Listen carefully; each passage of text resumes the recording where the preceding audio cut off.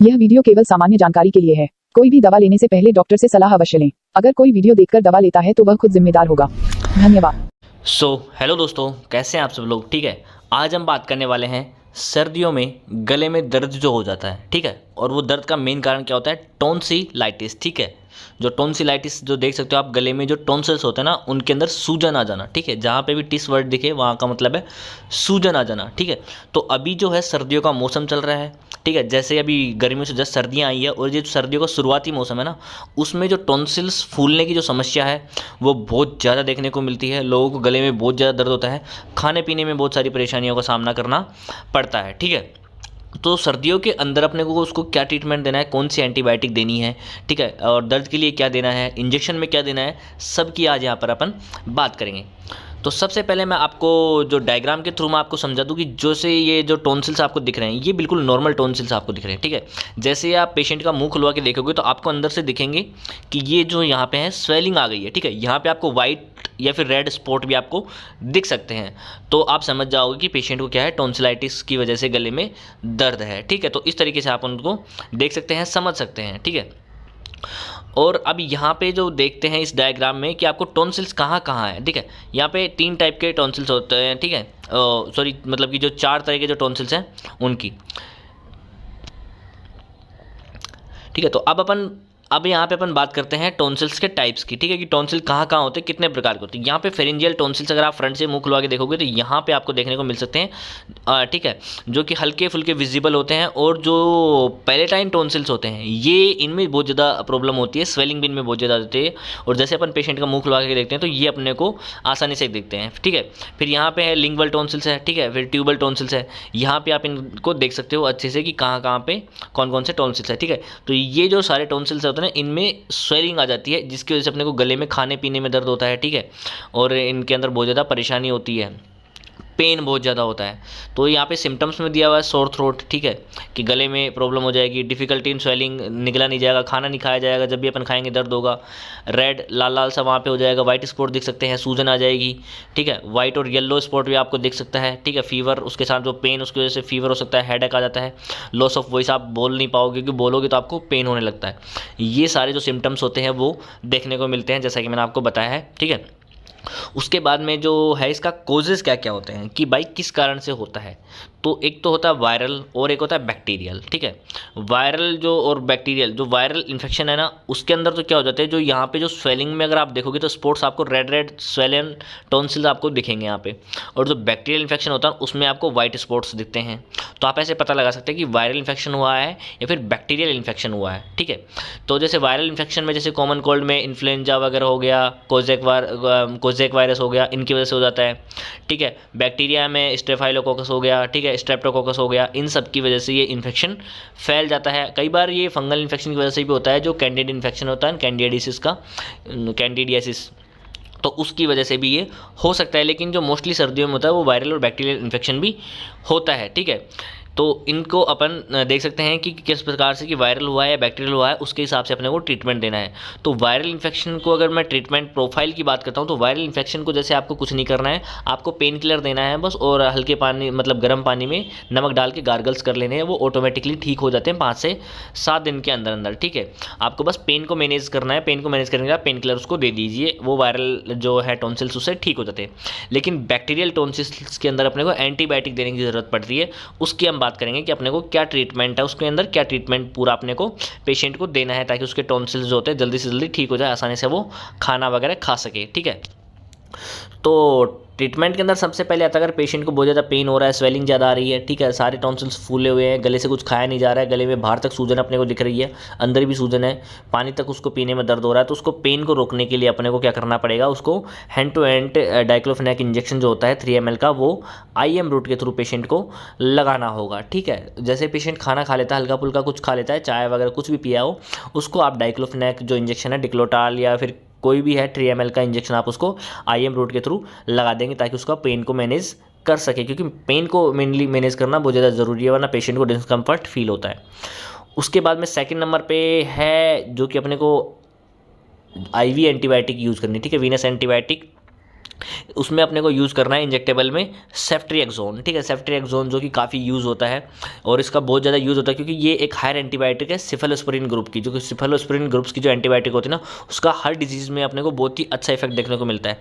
तो या फिर सेफ्ट्रिएक्सोन जो मोनोसेफ के नाम से जो फेमस है 1 ग्राम का इंजेक्शन, उसका आप यहाँ अपन यूज़ करेंगे। तो पेशेंट को AST करके आप उसको IV रूट के थ्रू खाना खाने के बाद में हल्का फुल्का कुछ भी बिस्किट वगैरह उसको खिला के फिर पेशेंट को आपको इसको AST करके उसको लगाना होता है। तो मोनोसेफ का जो इंजेक्शन है, पेशेंट को एक इंजेक्शन सुबह और एक इंजेक्शन शाम को कंटिन्यूसली आप उसको 3 दिन के लिए लगाएंगे तो उसके टॉन्सिल से जो स्वेलिंग वगैरह पूरी सूख जाएगी। अगर उसमें पस भी है तो वो भी खत्म हो जाएगी और वहाँ पे जो बैक्टीरियाज है वो किल हो जाएंगे, उनकी ग्रोथ बिल्कुल खत्म हो जाएगी, इन्फेक्शन दोबारा से उसको नहीं होगा। 2 से 3 दिन के अंदर अंदर ये पूरा खत्म हो जाता है, ठीक है। तो इंजेक्टेबल में हमको इनको यूज़ करना है, ये दोनों चीज़ें आपको देनी है, ठीक है।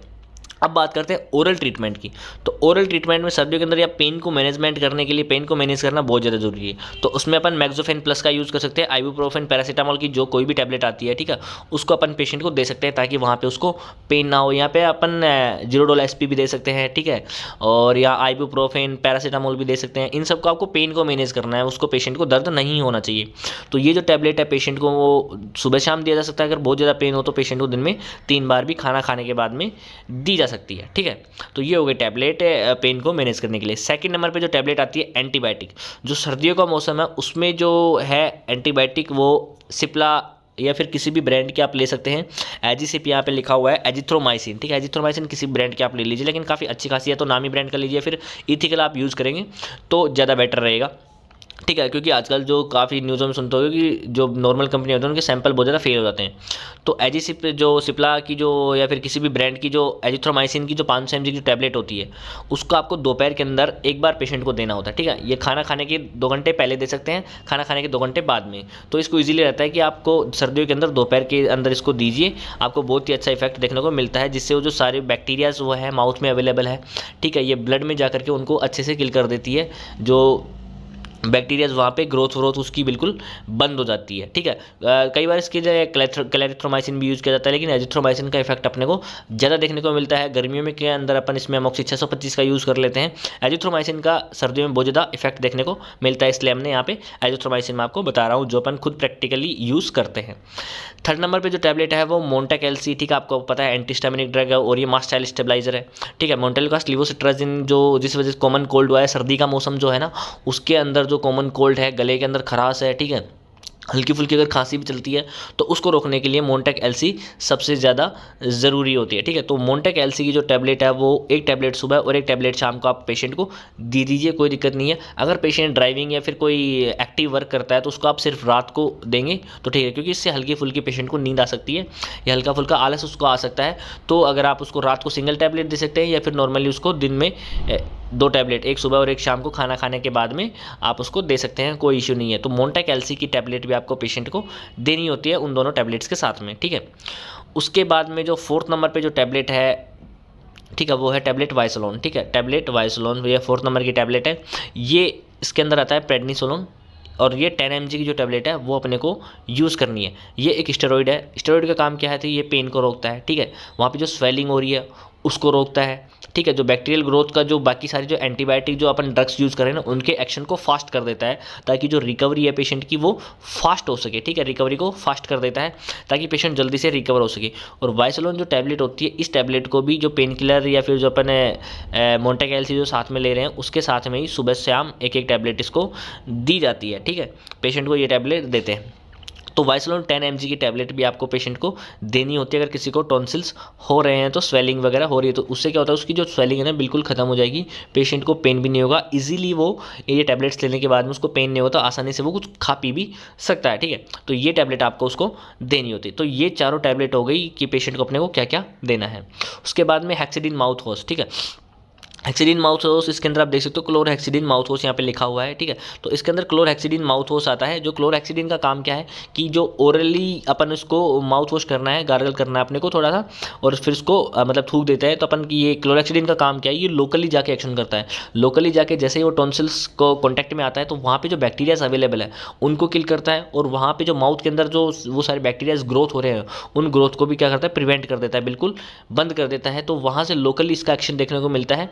और ये स्वेलिंग को भी डाउन कर देता है। तो यहाँ पे अपने को माउथ वॉश को यूज़ करना है। दिन में अपन 2 से 3 बार या लगभग 4 बार भी आप इससे माउथ वॉश कर सकते हो, हल्का वार्म वाटर लेकर के, और आप इसको क्लोरेक्सिडिन से माउथ वॉश करेंगे तो आपके 2 से 3 दिन में टॉन्सिल्स बिल्कुल ख़त्म हो जाएंगे। ठीक है, तो ये चीज़ें आपको बहुत ज़्यादा ज़रूरी है। टैबलेट्स के साथ में माउथ वॉश बहुत ज़्यादा ज़रूरी है। तो ये ट्रीटमेंट के अंदर ये 5 चीज़ें आपको देनी है, पेशेंट बिल्कुल ठीक हो जाएगा। और जो इंजेक्शन लगा रहे हैं उससे वो बिल्कुल सूख जाएगा, बस वहाँ पे बिल्कुल भी नहीं रहेगी। हल्का फुल्का जो वाइट डॉट्स जो आपके दिखते हैं, रेड डॉट्स जो आपको दिखते हैं, वो बिल्कुल ख़त्म हो जाएगा। ठीक है, उसके बाद में है डाइटरी एडवाइस। ठीक है, कि आप अपने को डाइटरी एडवाइस क्या देनी है कि पेशेंट को क्या खाना है, क्या नहीं खाना है। ठीक है, तो उसके बारे में अगर अपन बात करते हैं तो सबसे पहले स्टे हाइड्रेटेड, दिन में ज़्यादा से ज़्यादा पानी पीना है, क्योंकि सर्दियों में लोग ज़्यादा पानी नहीं पीते हैं। तो आपको ध्यान रखना है कि ज़्यादा से ज़्यादा आपको पानी पीना है। सॉफ्ट फूड आपको खाना है, जैसे टाइट रोटी वगैरह हो, ये सब इतना नहीं खाना है। हल्का खाना आपको खाना है, जैसे कि थोड़ा दलिया हो गया, खिचड़ी हो गया, मिल्क हो गया, जूसेस वगैरह हो गए, वो आपको नॉर्मली लेने हैं। ठीक है, तो आपको बिल्कुल सॉफ्ट फूड खाना है। उसके बाद में अवॉइड स्पाइसी एंड एसिडिक। ठीक है, आपको ज़्यादा मिर्ची वाले मतलब स्पाइसी फूड नहीं खाने हैं, या एसिडिक चीज़ें आपको नहीं खानी है। ठीक है, इससे क्या होती है, प्रॉब्लम और भी ज़्यादा बढ़ सकती है, आपको पेन बहुत ज़्यादा हो सकता है वहाँ पे। जैसे ही स्पाइसी जो मिर्च वहाँ पे लगेगी तो आपको बहुत ज़्यादा पेन होगा, जलन आपको फील हो सकती है। तो ये चीज़ें आपको अवॉइड करनी है। Avoid dairy product. Dairy product मतलब कि छाछ, दही, ठंडा कोल्ड ड्रिंक, ये सब जो मतलब कि ठंडा कोल्ड ड्रिंक तो डेयरी प्रोडक्ट नहीं है, लेकिन छाछ दही आपको नहीं खाना है। ठीक है, उससे भी ये प्रॉब्लम ज़्यादा बढ़ती है। तो ये चीज़ें आपको ध्यान रखनी है कि 2-3 दिन के लिए आपको छाछ दही बंद कर देना है, बाकी ये ऑटोमेटिकली ठीक हो जाएंगे। 3 दिन के अंदर इतना ट्रीटमेंट दोगे तो ये बैक्टीरियल जो टॉन्सिलाइटिस है वो भी बिल्कुल ठीक हो जाएगा और आप कंप्लीटली सेफ हो जाओगे। बाद में आप कुछ भी खा सकते हो, कोई दिक्कत नहीं है। ठीक है, तो इतना ट्रीटमेंट आपको देना है। मैंने कंप्लीट ट्रीटमेंट आपको बता दिया है। वायरल अगर टॉन्सिलाइटिस है तो उसमें ज़्यादा कुछ देने की ज़रूरत नहीं है। मैक्सोफेन टैबलेट दे दीजिए आप, वो पेन को कंट्रोल करके रखिए, दिन में नमक डाल के गार्गल कर लीजिए, वो 2-3 दिन में ऑटोमेटिकली ठीक हो जाता है। बाकी ट्रीटमेंट में आपको इंजेक्टेबल में ये देना है और ओरल में मैंने जो आपको बताया उसी तरीके से आपको देना है। और डाइटरी जो है एडवाइस उसको आपको अच्छे से ध्यान रखना है, क्योंकि खाने का बहुत ज़्यादा मेन रोल होता है किसी भी बीमारी को प्रोड्यूस करने में और उसको ठीक करने में। तो ये चीज़ें आपको अच्छे से ध्यान रखनी है। तो आशा करता हूँ कि आपको अच्छे से समझ में आया होगा कि सर्दियों में अगर किसी को टॉन्सिलाइटिस हो जाए तो क्या ट्रीटमेंट देना है, गर्मियों में क्या देना है, उसके लिए मैंने वीडियो डाल रखी है। तो अगर फिर भी आपकी कोई क्वेरी हो तो आप हमें कमेंट में लिख सकते हैं। अदरवाइज़ आप जो टेलीग्राम की लिंक है वहाँ पर ज्वाइन होकर के हमसे कोई भी क्वेश्चन पूछ सकते हैं। टेलीग्राम की जो लिंक है वो आपको डिस्क्रिप्शन में देखने को मिल जाएगी, चैनल के डिस्क्रिप्शन में आपको देखने को मिल जाएगी। थैंक यू, धन्यवाद, जय हिंद, जय भारत।